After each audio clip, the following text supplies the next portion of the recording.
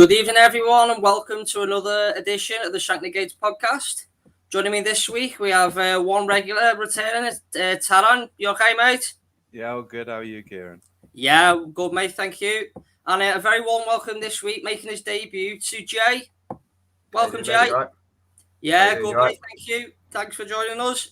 No worries. So yeah, very busy podcast again this week, guys. Lots to talk about. We're gonna obviously speak about the high, many highs but many lows of the 3-0 win against Leeds today.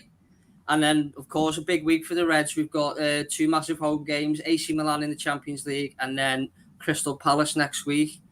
But I think there's only really one place to start, isn't it, Taran? And, what a real shame, and what was a fantastic performance. But the freak accident, that's the injury to Harvey Elliott. How are you feeling, mate? I'm a bit lost for words. Yeah, I think as everybody is, it's devastating. I think we've seen how well he's played the early games of this season, and to be honest, I was quite shocked to see him in the starting lineup.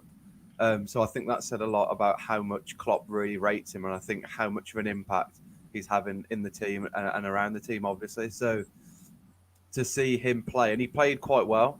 I think he was the player that we need in that midfield as opposed to Keita. I think he's much better on the ball in fast-paced situations, and Leeds were relentless with their pressing. So he was really good in that midfield, and so was Thiago.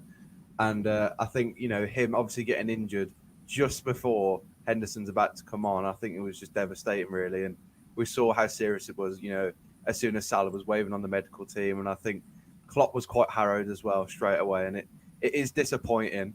But, it's just come out after the game that it is a dislocation. So, not as bad as initially thought, but obviously still horrendous. And, you wish the lad a speedy recovery. Absolutely, mate. Whether it's a Liverpool player or not, a lad at that age, just you saw the scenes, yourselves. It was terrible. But Jay, as Taran said, Henderson's there, ready to come on. The sub's going to happen imminently. So again, it's just a real shame from someone who at the start of the season has been, one of our better players. Yeah, he's been really good. I think. We all saw last season at Blackburn when he first came in. We kind of expected him to play as like a winger in that right wing position, but we saw last season at Blackburn he kind of shifted centrally, almost like a David Silva, playing that sort of right centre mid, but a bit further forward. And it is a real shame because he was young, but he's obviously got the trust of the manager to play him in big games like Chelsea at home and Leeds away. And it's just one of those freak injuries that hopefully he isn't out for too long. And when he does come back, he sort of gets back into his stride because he's destined for greatness, Harvey Elliott, and it's just gutting for him because he was becoming such an important part of the team. Yeah, absolutely, mate. He's made that position his own. I saw a stat after the game. He's I think the youngest player at his age to make 3 consecutive appearances in the Premier League for us. So he clearly has got the trust of the manager there. We'll touch on the incident later in the game, but the actual game itself, Taran, 3-0 win, even before the red card, it was a pretty dominant display, wasn't it? Yeah, definitely. I think we know what Leeds are like, and I think after the opening minutes, we saw their sort of vulnerabilities, I guess, in the fact that defensively they're all over the place, and as impressive as they are pressing-wise and going forward, they just can't defend to save their lives, and they were getting turned inside out by Mane and Salah. And I think Firpo, bless him, he's come from Barcelona. He's just been absolutely scored by Mo Salah. So I don't know what they're teaching him over there. But, yeah, they were just shocking defensively. And I think, the goal that we scored, the game could have been 4, 5, 6, but 3-0 at the end of the game. It's important that, we get those 3 goals, score as many as we could, and get the 3 points as well. No, yeah, absolutely. I think any game you play, if you I know there's extenuating circumstance in the middle, but if you win a game 3-0 with a clean sheet, you can't argue at all. But yeah, Jay, so the first goal to 20 minutes in, wonderful bit of play. Thought, Joel, the space was actually created from Joel Matip coming out of defence. So obviously wonderful ball in by Trent and a great finish from Salah. But for me, I thought the composure for where Matip was brilliant. I don't know what your take was on it, mate. Yeah, he does that quite often in terms of coming out from the back, both with his passing and his dribbling. He looks kind of a bit gangly when he does it, and a bit uncoordinated, but he's so effective because he's so good with the ball at his feet. I don't think people really appreciate his ability on the ball. And there was a moment where I think he played the 1-2 with Salah, and Salah had gone in, and I was screaming at my TV, just sliding back in, sliding back in. And you could see Salah was a bit frustrated that he didn't, but obviously it turned out he made the right decision by sort of holding on and picking what would have been the easier and the better pass to make, and then Trent obviously put that ball in, and then it was an easy finish for someone like Mo Salah. But yeah, Matip does that constantly. It doesn't surprise me how sort of composed he is when he does get in them areas because he's so good on the ball. Yeah, I mean, we saw it through the game. It wasn't just the first goal. I thought, quite through the game, there was a lot of space. Time was on the ball. I think that's due to the fact that when teams press, I think they focus more on Van Dijk because we know how good Van Dijk is on the ball, and they just think, Matip will just, not as good on the ball. Probably best to do is a square pass, but no, like you say, Jay brings out a defense, gets the ball forward, and can pick those gaps. So you can't argue with it. Terrible. We'll stick in the first half. I mean, it was a dominant display, but was there a nagging thought in the back of your mind? We're creating so many chances, but we go into the break only 1-0 up. Yeah, I think flashbacks to last season, really, the chances that we had, not converting them. And, whenever we go in halftime 1-0, part of me thinks now we've got it in the second half, but another part of me thinks this is going to be a tough ride. But I think now that Van Dijk is at the back again with Matip, there's a little less fear that we aren't going to go and concede 2 or 3 in the second half and that we are going to go and attack. I think we really need to be much more clinical. I know Mane had God knows how many chances. I think he had more shots than the entire Leeds team combined. So that just says it all, really. And there's moments in the game where we really need to take our chances because against teams like Chelsea, we saw the other week, if you don't take your chances, that's the difference between getting a point and not getting 3 points, And at this point in time, looking at the teams around us and the quality that they have, any sort of slip up like that could be devastating in the long run. So I'd like to see us be much more clinical. I think hopefully with a bit more competition up front when Bobby comes back and if Klopp decides to let Origi play again, then there might be a bit more chance for players to be a bit more clinical and fight for their place as opposed to sort of being the only options in there.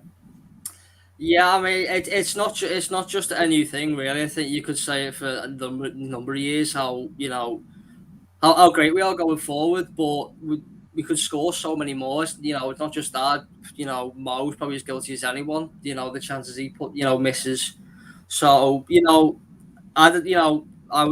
was a nagging doubt that it only takes one chance for Leeds to get back into it. But we go into the second half, Jay, and 5 minutes into the second half, that second goal we needed came from what we'd probably say would be an unlikely source. And for being honest, not going to be winning any contenders for goal this season, but it was a goal that was very, very important, wasn't it? Yeah, I think that killed the game. I was very confident at 1-0 anyway because we just looked in complete control. Leeds, every time we went forward, we looked like we were going to score, and Leeds didn't really trouble us. I think they had that Rodrigo chance in the first minute or first 5 minutes, but other than that, we were in control. And then the goal came, funnily enough, after Mane should have put it away, but he didn't. And we scored from that corner. But yeah, after that, when that goal went in 2-0, and the way we were playing, and it was just game was done and dusted. It's just a shame that we didn't go on and get more and just sort of stat pad the goal difference a bit because it might have come down to that this season. No, absolutely. Scruffy finish, but 2-0. But obviously, maybe one of the reasons possibly for that is what we've already spoke about. Not only was it, such a shame the Harvey Elliott injury, but obviously came with it the red card of Pascal Struijk. Now, obviously, and for the correct reasons, Sky were not showing a replay. The only thing you've really seen if you go back and rewind it was just the play happening in general. So I just want you to Taran. Obviously, you may have only seen it once. What are your thoughts on the tackle? He's not exactly gotten in with any malice, or he's not tried to seriously injure the lad. But do you think it's that, or do you think it's different? No, I think it's one of those challenges where I think we saw it a bit after, the incident that the same challenge against Mane was put in, and he walks away with it sort of injured, but in terms of just a sore foot, not a broken ankle or a dislocated ankle. And I think that's just a part of football, sadly, that there is that risk. I think the problem that you have is you can't break someone's ankle, dislocate their ankle, and then sort of say, well, that's not really a red card because it is improper conduct. It's dangerous, and I think it is a shame that Struijk. You could tell that he didn't mean it at all, obviously, but that's what's happened at the end of the day, and he's a young lad, so I think that made it much worse. Um, we were talking about it before, Kieran, that when Son did it to Andre Gomez, we could see how upset Son was. But at the end of the day, you've injured an opponent, and you've got to go off the pitch. So that's a shame, really, for both players, I guess. But I imagine the card will probably be rescinded in the end, hopefully for him. But yeah, other than that, what can you say about a challenge like that? It's not pretty to look at. You don't want to really see it again and again, but you've just got to hope that he comes back strong. And I'm quite upset in the sense that we've had a lot of young players. I think like Brewster, I think Ox when he first came in, that they hit the ground running and they performed so well. And then one injury just sort of set them back completely. And that was their career over really, and their time in the team sort of over. So I really hope that that's not the case for Harvey Elliott, and I hope he comes back soon and quite strong again as well. No, absolutely, mate. We obviously all send the best wishes to him, but hopefully it doesn't affect him that much. He comes back whenever it is next year, and he's the same player as what we've seen at the start of the year. But anyway, Jace, we got one more goal to round up, and it finally came for Sadio Mane, didn't he? He was trying all game, wasn't getting much luck, wasn't making the right decisions, finishing it off, but he finally got his goal in the end, didn't he? Yeah, and it was emphatic. It was a finish of someone who hadn't looked like he'd missed the 9 chances before that.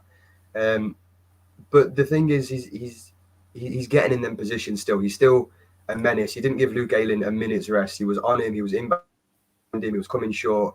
He was bullying the centre backs when he was sort of interchanging with Jota, and that's still positive to see. Whether he's just lacking with a bit of confidence in terms of his finishing, or he's just maybe just overthinking it too much because of that period that the whole team went through last season. Something's clearly just on his mind when he gets into that shooting position. That's kind of it's not natural to him. It doesn't look like it's coming naturally, but hopefully that will change with playing more games and scoring goals like he did today. And you can see that obviously it meant a lot to him after missing so many chances, and obviously he was getting a bit of stick from the Leeds fans for how many chances he was missing. And but yeah, it was a great finish. It was a lovely move. Then we olayed him off the pitch, and must have been lost count 17, 18 olays, and then Thiago with a little dummy to cut it back, and then he just swiveled and smashed it into the bottom corner.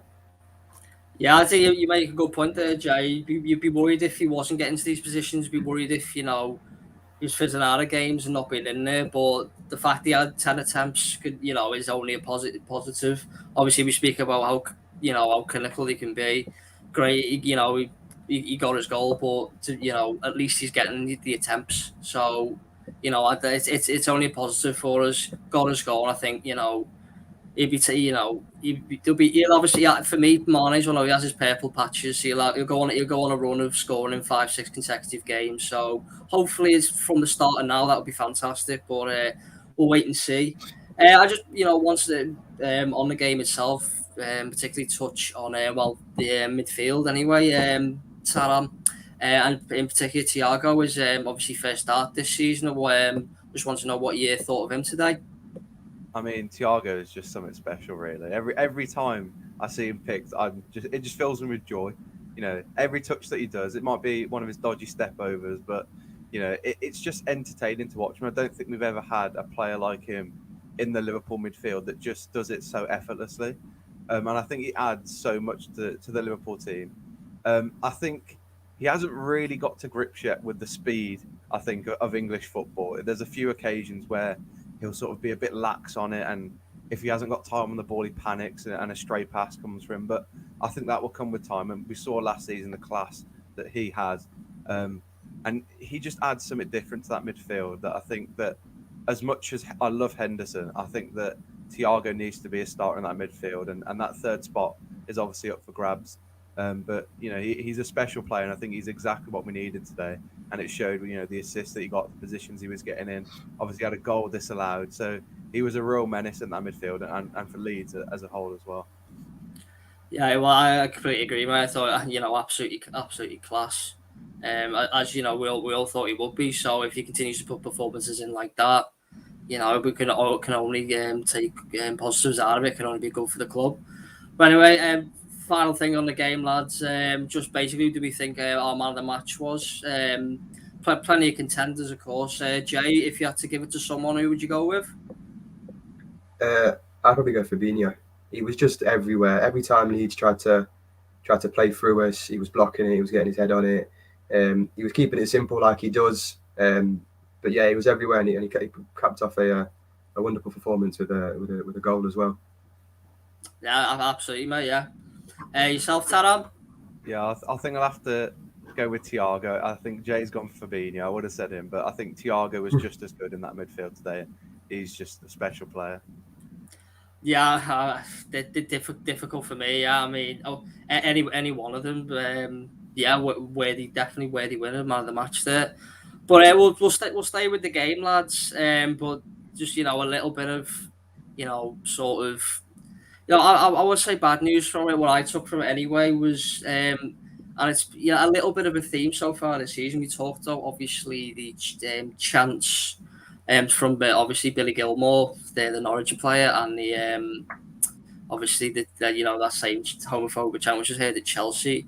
I heard and we know we've seen all heard Liverpool home and away games. The banter that goes on, the songs that get sung, but it's something that that just hurt me today, especially the obviously Harvey Elliott going off. He's a young lad. For me, it shouldn't matter what team he played for. He's walking off, and the Leeds fans are chanting, "Always the victims." For me, it doesn't sit well with me. Jay, I mean, these sort of things. Obviously, there's going to be chanting between crowds, but there's no real place for that. It doesn't matter. It shouldn't matter who he plays for. He's a young lad. Yeah, of course, it's bang out of order, because obviously he's very disrespectful to the people of Liverpool and obviously the families that were affected by Hillsborough. Irrespective of it being chanted to Elliot, it should never be chanted at a football game at any time. And it seems to be a stick that opposing fans used to try and beat Liverpool with, and obviously everything was disproven. But yeah, it's just there's no place for that today or ever in football. Regardless of the Elliott injury, whether they could have done that within the first 5 minutes of the game, and it still would have just as bang out of order for me. Yeah, I mean, I just want to say, I'm not having a go at Leeds fans. There's many fans across the country that do the chants and whatever. But specifically at that moment, a young kid getting injured like that, potential career-threatening injury. Obviously, as bad as the song is, just with that, it obviously doesn't sit right with me. Just angers me a little bit. I think the funniest thing for me was the one chat that got for me today was when there was the Leeds fans were chatting who's the Scouser in the black. Bear in mind that referee Craig Pawson is born in Yorkshire, so pretty much one of their own. So it was just laughable for me. Just fans don't think about what they're chanting; they just do it because they think it's funny or whatever. But that's just the rant from me this week, guys. I just hope not to hear it, but I think we all know those sort of chants, they're not going to go away, which is a shame. We'll move on anyway, guys, because it is a massive week for the Reds, especially on Wednesday. It's the return of the UEFA Champions League. AC Milan are coming to town. First time in club's history the teams have met, not at a neutral venue. So, Taran, just first and foremost, the Champions League's back. It doesn't matter who it's against. It's home game at Anfield under the lights. It's going to be a special one, especially after no fans last season. Definitely, I think it's what everyone's been waiting for. I think the fact that it's AC Milan, a team that we know all too well, and in the Champions League particularly, it adds that extra bit of enjoyment to the fixture as well. And I think everyone's so excited for it. I think Champions League football when it comes back around every single year, it's one of the greatest times. And group stage football, some people see it as tedious, but for me, I think it really adds to the competition. So AC Milan aren't a bad side. We know they're not the team of old, but they've made some really good signings. They've got Giroud, who I think he's just an incredible player, extremely underrated. Ibra, they've got some good young talent in there as well. They've lost the likes of Donnarumma as well, so you could say they are a bit weaker, but they're still a good side, and we're going to have to put a good side out in order to match them. And I just can't wait, really. Can't wait to be either sat at home or in the stadium watching it. But yeah, it's going to be a great venue and a great run of games for us ahead. Absolutely, mate. I mean, I'm lucky enough to be going on Wednesday, so I'm gonna. Lucky you, yeah. I'm going to absolutely save that atmosphere. It's going to be something absolutely special. But yeah, the game itself, Jay, massive game, match day one. I think it's important. We've got to start with a win, especially in Euro. We've got to win these home games. Obviously, AC Milan up first. Started with 3 wins from 3 in Serie A. It's it's going to be. I think it'll be a tough old game, don't you think? Yeah, it's definitely going to be a tough game. I think we've got a really tough group as well with Atletico. So there's going to be 3 teams realistically who think they can all qualify and get to the next round. So it's important that we get off to a good start and make sure we win that game. We've got the advantage being at home. And AC Milan, they are a good side. Like you said, they started really well. They finished Serie A last year well. They'll be pushing for the league this year there. So it's important that we make them known that they're in Anfield. The crowd are up for it. It's a hostile night, and I'm confident we'll get the win. But yeah, it's not going to be an easy game by any stretch of the imagination. No, not at all. I expect. No, I think we'd have to play extremely well to certainly roll over the team. Anyway, we'll come to predictions in a bit, but I just wanted to speak about obviously the team, because I think it's the first time we've had a run of fixtures. We've got obviously 3 games in 7 days, which was starting from today. So, Taran, would you be expecting any rotation aside? Obviously, Harvey Elliott's not going to make it, so that is an enforced change, but would you be looking to see any other changes, either based on rotation or based on, what's to come ahead, players that are tired, maybe looking ahead to Palace? Would you potentially see, maybe a debut for Ibrahim Konate, or would you not want to break up Matip and Van Dijk? Yeah, I think it's a really tough one. I think for the first time, really, it's in a circumstance where the league is so competitive and you don't want to make any mistakes, and you obviously got the Champions League as well. Normally, we've got a few easy games to start off with, but not this time. So I think in the Champions League there may be a bit of room for rotation. Hopefully there isn't. I'd like to see us play with the full strong 11, and then look for a bit of rotation on the weekend. But I think if there is going to be any in the week, it will be in the midfield. I think Keita will come in. I can see Hendo, Fabinho, or just Hendo, Thiago, and Keita bring in that midfield.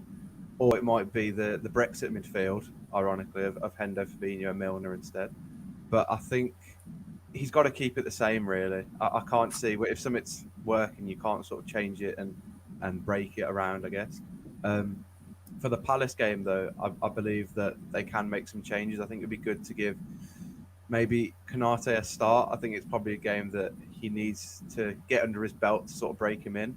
I think that would probably help, and maybe a bit of rotation up top as well. You could say that Jota might come off the bench, and maybe give Oxlade-Chamberlain a start up front, or if Minamino's wants to play a bit, if Klopp actually wants to let him play a bit, then maybe that would be nice. But I think it's a really tough decision now where you make changes because it's relentless and games come after games, so it is a really tough decision for Klopp. Yeah, I mean, we always say we can just put our 11 together, but I agree. It really is a really tough decision. It's working out that balance. So obviously you want to keep a winning side going, but rotation's such a key part of football these days. So yeah, I'll ask the same question to you, Jay, mate. Would you, obviously with the exception of Elliott, would you be looking to see any changes? What would your midfield 3? Do you think this is, would this be the game to start Konate? Maybe save it for the weekend. Would you, because for me, Joel Matip, we all know his fitness issues. Is he, a potential worry that he's played so much football this season?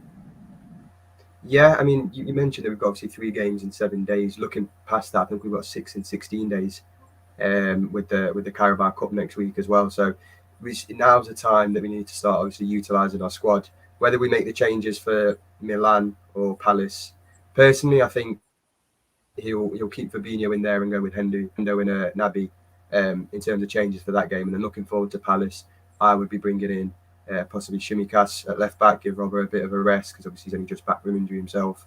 And he played every game in the internationals for Scotland, all 90 minutes, so he didn't really get that break. I'd be bringing Canate or Gomez in again, just giving Matip a bit of a rest because we know he can be very brittle, and Palace would probably be the game that out of the two, obviously between AC Milan and Palace, you're thinking if we're going to have to bring someone in, I'd rather bring him in for the Palace game as their debut. And then up top, I think we're kind of bare at the moment now, obviously with the Minamino injury, Firmino injury, and then obviously Harvey Elliott, who could have played in that right wing role.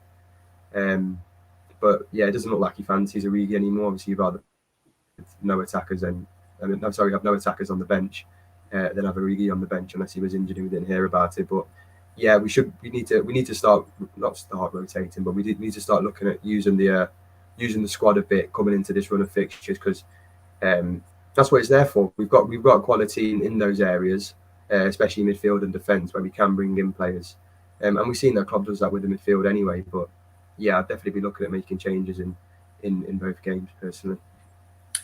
Yeah, I think especially when Europe starts calling, it's where you start, needing your squad basically. I mean, you obviously talk about being weak up front. We saw the last 15 minutes of the Leeds game today. It was Oxlade-Chamberlain who was playing up front basically. So maybe if that's the new position he's going for, because he probably quite down the pecking order getting into the midfield three anyway.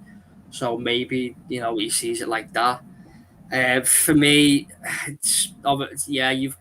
we want to go far in the Champions League. It's a home game. It's a game we have to win. So for me, I think it's good. You got to have this.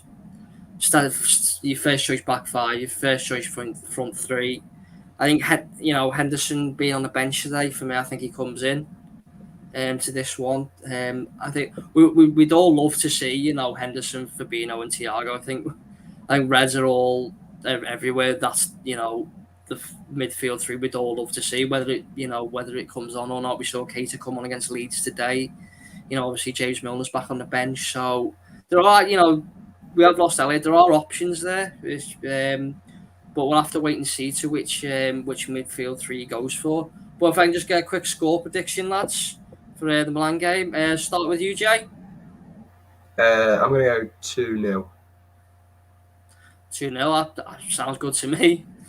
Win with a clean sheet. Yourself, Tara, do you see as a relatively comfortable scoreline? How do you see it, mate? I think it'll be 2-1. I can see Milan sneaking a goal. Yeah. Well, I mean, I think I'll join you, lads. Home. I think, I had 2-1 in my mind as well, but hopefully we do start with a win. If we don't, it's one of those. We then have got to try and start chasing scores away from home later in the group, and there's some tough atmospheres there. So, here's hoping we start the Champions League campaign with a win on Wednesday. And anyway, we'll round off, guys. Obviously, the third game of the week, Crystal Palace coming to Anfield. Obviously, a different Palace what we've seen in previous years because Patrick Vieira is the new manager.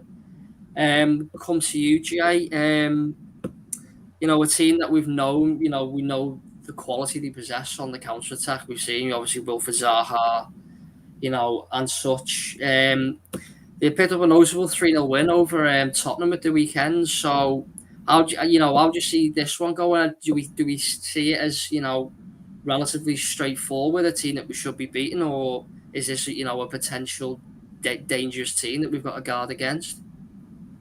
Yeah, it's going to be. There's no easy games in the Premier League. Every game's tough, and I think Palace will be. I think that was their first win this season, so confidence is going to be sky high. And even when the game was 11v11, they were the better team, far better team than Tottenham on the day. They've got some good players. Obviously, Zaha, we all know about. They signed Elise from Reading, who's a very silky player, similar to Harvey Elliott with that sort of left foot, and he's very good with his passing and his movement. And Odsonne Edouard as well, who I think is a fantastic striker. Scored 2 when he came on. They've freshened up the squad. I think they had a very old squad so they've got some fresh legs in there. But it's going to be a potential banana skin. I think we need to be on top form like we were today. I thought Leeds was going to be a banana skin. They're going to be tricky, but we came up and from start to finish we were on it 100%. And it's going to take a similar performance to obviously make sure we beat Palace as well. Yeah, like you say, mate, there are no easy games in the Premier League. It's certainly a game over the last few years that has caused problems. I was there this season. We finished second. It was the 4-3 game. It was a fantastic game to watch, but you couldn't sit there with any comfort because you knew every time you went forward, same with Zaha down the left. It was every time they went forward, they had that ability to score a goal. So there's plenty to guard against there. But obviously we've spoke about the team. Selection potentially Milan and Palace. Talan, this, we could go back over it. Probably the most likely of the two to potentially have rotation. So, if this is the game you're looking at for rotation, where would you be looking? Again, probably the midfield is probably the most rotated. Would you be looking at, anywhere else in particular? Yeah, I think Jay touched on it. I think we've got to give Rob a rest. We've seen that Tsimikas can perform well at left back. I think he was class when he played, so I think it would be good to get him back in and keep him a bit consistent. If we keep giving him a few games, it keeps up that consistency and he can step in then as opposed to just being chucked on in the last 2 minutes of a game here and then. I think it's the perfect time to bring in one of the centre-backs, either Gomez or Konate, and just give them a run out because, sitting on the bench isn't going to do anything for them. And I think it'd be a great time, like we said, for Matip to have a rest because we know about his injury issues. And I think the midfield as well, it might be nice to see Curtis Jones back in the team. Cater as well in the team. It'd be quite interesting to see that. I think, we know our limited attacking options, but I think we could give Jota a rest and let Ox come in and play up top. I thought he did quite well in the limited touches and limited time that he had. So I think there can be changes throughout that team, and it just means that if we need to, we can sort of bring on players from the bench and capitalise, or we can just sort of relax it in a little sense, as Liverpool never really relax, but sort of take the foot off the gas and look ahead and keep going and keeping up momentum. Yeah, especially obviously one we talk about, games coming thick and fast. It got mentioned before. We don't bring into consideration sometimes in the internationals as well. It's not just the amount of games that are played. The lads are going all over. Well, not just Europe, but the world. Obviously, with the exception of the Brazilian lads. But it's got to be factored in. It's players get put through so much these days. It's just rotation. It has to be. The other clubs do it. They've got fantastic squads. You look at the teams at the top. City, Chelsea, even United, who've got some great additions to the squad this season. So something that we know Jurgen will have his plans. Will have sat through them for the last few weeks. He'll have his plan A, B, and C. So I think it's just a question of just waiting and seeing. I think that, like we said, there will be rotation. I think the Palace game is the one for me. Obviously, again we go back to the balance. You don't want to change the winning side too much. I think we've been fantastic in the Premier League. Just 145 minutes against Chelsea, they've let us down so far. But apart from that, I think we've been pretty solid. We've started the season really well, so it can be dangerous. But I think club. Well, you've also got club doctors will have their say. They'll probably go.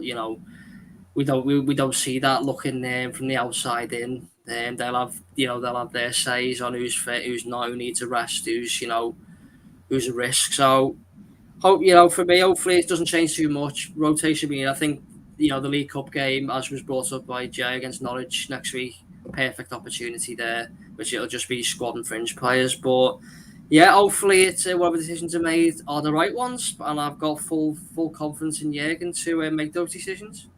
So just to finish up on that, lads, just a quick prediction for the Palace game. Do you think a little bit more comfortable than Milan? We'll start with Taran this time. Yeah, I think it'll be 3-0 against Palace. 3-0. Yourself, Jay, another clean sheet? Yeah, I'm going 3-0 as well. 3-0. Yeah, obviously depending on rotation. Maybe Palace score. I think Liverpool win the game. I think we scored 2 or 3 goals at home, mate. So I'll probably go. I'll err on the side of the caution. I'll go 3-1 myself, but I think there's a full house there expecting 2 wins this week, Red. So hopefully they don't let us down. Anyway, guys, thanks very much for joining us on this week's episode of the Shankly Gates podcast. I think we'll be back next Sunday to review the Palace game and then look ahead to what, is a busy week after that with Norwich in the League Cup and then escapes from who we've got in the league after that. Does anyone know? I haven't looked that far. Brentford at home. Brentford at home or Brentford away, I think. Maybe I think Brentford Brentford is coming up soon. But anyway, that's all for next week, guys. But for now, thanks Taran and Jay for coming, lads.